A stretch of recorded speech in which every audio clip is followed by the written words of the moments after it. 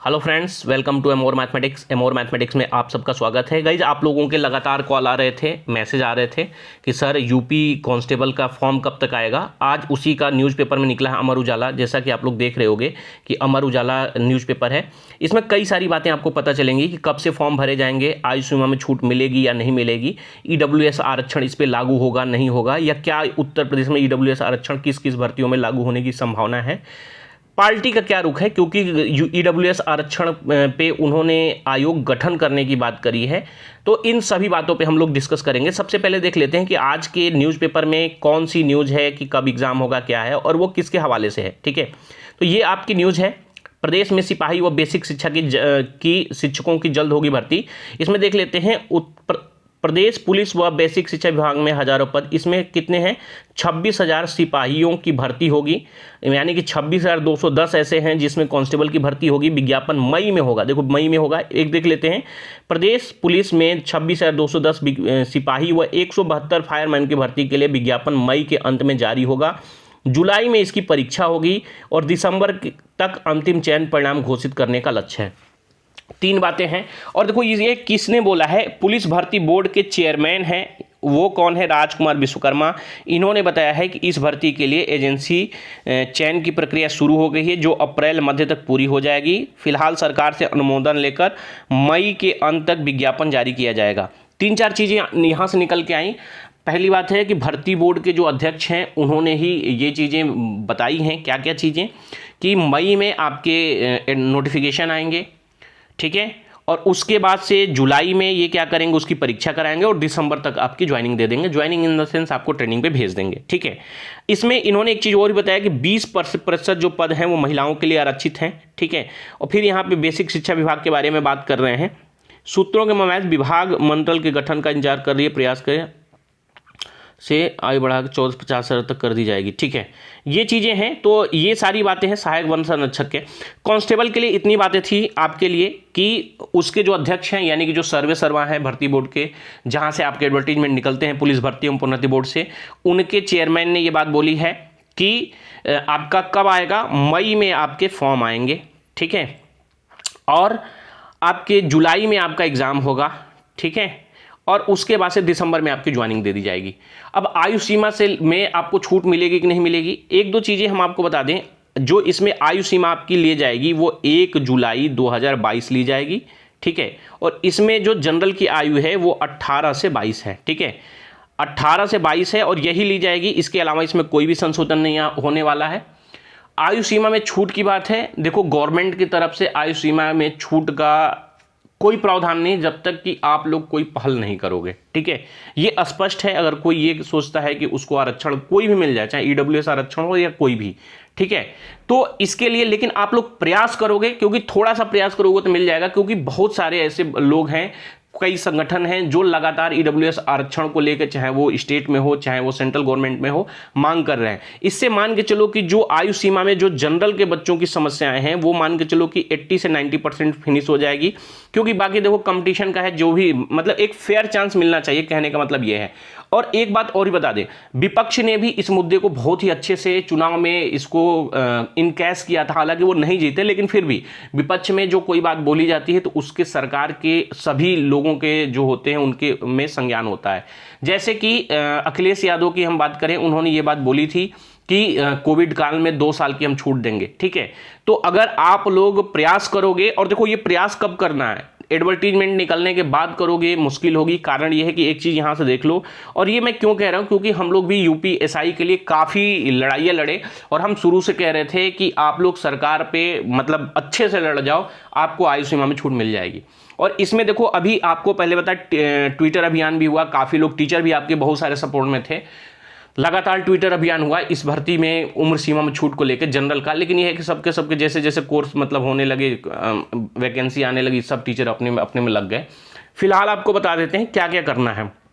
एक चीज़ बता देते हैं कि जो आपका विज्ञापन है वो हो सकता है कि मई में ना आए, जून में आ जाए, लेकिन आएगा आसपास में। उसका एक रीज़न है कि देखो इन्होंने बोला है टेंडर की 15 मार्च टेंडर की लास्ट डेट थी, जो कि ख़त्म हो गई है। यानी कि टेंडर में जो अभी जो निकालने की जो ये नोटिस निकाल देते वो बढ़ाए नहीं है, तो 1-1.5 महीना उसमें लगता है चूज करने में कौन सी एजेंसी को दें, और उसमें कई बार उसमें शिफ्टिंग होती है। हालांकि वो नोटिस पब्लिक में नहीं आती है, ये नोटिस पब्लिक में डाली जाती है कि टेंडर में कोई भी आके टेंडर डाल सकता है, इसके लिए डाली जाती है, लेकिन इंटरनल जो होती है वो नहीं डाली जाती है। उसके बाद से उसमें चुनाव होता है, उसमें ये निर्धारित किया जाता है कि कम पैसे में और सारा काम दौड़ से लेके सारी चीज़ तक, मतलब ट्रेनिंग में भेजने तक के सारा काम का एक ही एजेंसी को दिया जाता है। और एक बड़ा टास्क है, 26,000 लोगों, इसके पहले 42,000 49,000, ठीक है, 42,512 था, 49,568 था, ठीक है, 2 भर्तियां शायद हुई थी, एग्जैक्ट डाटा शायद यही था। अब हम बात कर लेते हैं कि इसमें एक लाइन बहुत ही, जो आयु सीमा में जो भी लोग हैं, जो प्रयासरत हैं या जो भी कर रहे हैं, उनके लिए बहुत ही अच्छा है कि अप्रैल के मध्य तक वो पूरी कर लेंगे और फिर सरकार से अनुमोदन लेंगे। तो आपको जो गति देनी है, सरकार तक अपनी बात पहुंचानी है, वो इसी बीच में पहुंचानी है, ठीक है। कब? अनुमोदन लेने से पहले। टेंडर के बारे में अब कोई नोटिस नहीं आएगी, आप ये मान के चलो 15 से पहले। और अभी सरकार चूंकि मतलब बदली नहीं है, सेम टू सेम गवर्नमेंट है। और देखो चुनाव में कई सारे लोग, जैसे पक्ष से भी कोई नेता से मिलोगे तो वो बोल देते हैं कि हम करेंगे, लेकिन अभी आपको बैठना नहीं है, नहीं तो फिर एसआई की तरह आपको लगातार धक्के खाने पड़ेंगे, ठीक है। ये अभी बहुत आसान है, क्योंकि विपक्ष ने भी 2 साल की बात रखी है। उसके अलावा ये मुद्दा हाईलाइटेड है कि कोविड में कई राज्यों ने छूट दी है। थोड़ा सा प्रयास करोगे सरकार से, वाया चैनल जाओगे, अच्छे से करोगे तो मिल जाएगा, इसमें कोई दिक्कत नहीं है। ईडब्ल्यूएस आरक्षण की बात करें, देखो ईडब्ल्यूएस का आरक्षण जो भाजपा गवर्नमेंट है, इन्होंने अपने मैनिफेस्टो में दिया है कि वो आयोग का गठन करेंगे। लेकिन आपको हम बता दें कि आयोग गठित होने में कितना समय लगेगा अभी किसी को नहीं पता है। मेरा जहाँ तक अनुमान है, क्योंकि हम भी लगातार मतलब इन सब चीज़ों में लगातार जैसे कि देखते रहते हैं और गवर्नमेंट के कामकाज को भी देखते रहते हैं, ये भर्ती निकल जाएगी। जैसे पीसीएस में कई लोगों को उम्मीद थी कि मिल जाएगा, लेकिन जैसे कि अभी शपथ ग्रहण ही नहीं हुआ, अभी पूरा मंत्रालय सिर्फ इसी जुगत में है कि कुछ लोग एमएलसी के टिकट के लिए है और कुछ लोग मंत्रालय के पीछे लगे हुए हैं। अभी कोई आपकी सुनने वाला भी नहीं होगा, लेकिन जैसे ही ये शपथ ग्रहण हो जाता है उसके 2-4 दिन बाद आप सभी लोग एक्टिव हो जाना, और हम जितने भी टीचर हैं सभी लोग, चाहे ट्विटर के माध्यम से, जैसे भी होगा हमसे हेल्प होगी, हम लोग करेंगे।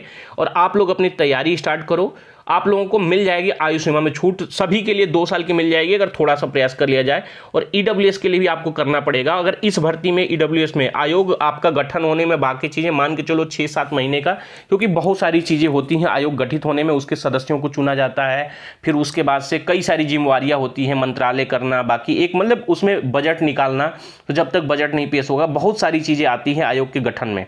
आयोग एक बार गठित हो जाएगा तो ईडब्ल्यूएस आरक्षण से रिलेटेड सारी समस्याएं आप आयोग में जाके अपनी बात रख सकते हो, शिकायत कर सकते हो।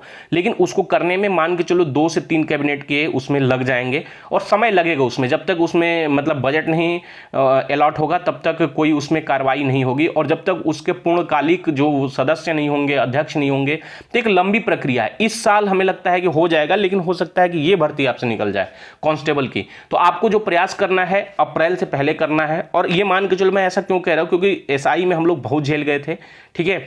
और हालांकि पूरे प्रदेश में एकमात्र हमारी ही रीट है जिसमें हम लोग जीते ही नहीं, एग्जाम भी दिए हैं और वो बच्चे संभवतः सिलेक्शन भी लेंगे, ठीक है। और एएसआई के उसी रीट के आधार पे बाकी लोग भी, अगर कुछ लोग जाएंगे तो हो सकता है बाकी भी जीतेंगे, तो उसी आधार पे जीत के वो लोग भी अपना एग्जाम देकर सिलेक्शन लेंगे। लेकिन एकमात्र रीट है जो सर्वाइव कर पाई थी, ठीक है, वो हमारी रीट थी, उसके अलावा कोई भी सर्वाइव नहीं कर पाया था। और जो अभी सरकार से चीज़ें हो जाती है, कोर्ट कचहरी में बहुत समय लगता है, तो आप सभी लोगों से आग्रह है कि आप लोग प्रयासरत करना इसके पहले, ताकि ये हो जाए, ठीक है। बाकी इसमें जो भी न्यूज़ थी वो हम दे दिए थे, और कांस्टेबल में एज से रिलेटेड जो भी चीज़ें थी हमने आपको स्पष्ट बता दिया क्या क्या होने वाला है। बाकी आप में से जितने भी लोग हैं सभी लोग तैयारी करो, जिनकी उम्र है, और जिनकी नहीं है इस बार परेशान मत होना, क्योंकि एसआई में इतनी लड़ाइयाँ लड़ी गई है कि कांस्टेबल में आप लोगों को बहुत ही आसानी से मिल जाएगी। और विपक्ष ने भी इस मुद्दे को कई बार कई चुनाव में हर रैलियों में उठाया है, तो सबके जहन में है कि बच्चे प्रताड़ित हैं, तो 2 साल की वो कोविड वाली वो सबको दे सकते हैं। मतलब 2 साल की उसमें राहत मिल सकते हैं। और ईडब्ल्यूएस में अगर आयोग न गठित होकर डायरेक्ट जैसे मतलब उसमें राज्यपाल के थ्रू जैसे वो कर दें कि भाई नोटिफिकेशन कर दें कि नहीं हम आज ही से लागू करते हैं तत्काल प्रभाव से, तो हो सकता है आपको उसमें 5 साल की छूट मिल जाए। लेकिन आपको बैठे बैठाए नहीं मिलेगा। अभी तो मंत्रालय नहीं फिक्स है, एक बार वो हो जाने दो, बाकी आप लोग प्रयास करना। बाकी हमसे भी जो संभव प्रयास होगा हम लोग करेंगे। और एक चीज़ और ही बता दें, अगर ईडब्ल्यूएस में 5 साल की छूट मिलती है तो एसआई में जो बच्चे मतलब जो हम लोगों की जो लड़ाई थी, जो हम लोग बाहर हो गए थे, जो भी लोग उसमें थे, उनको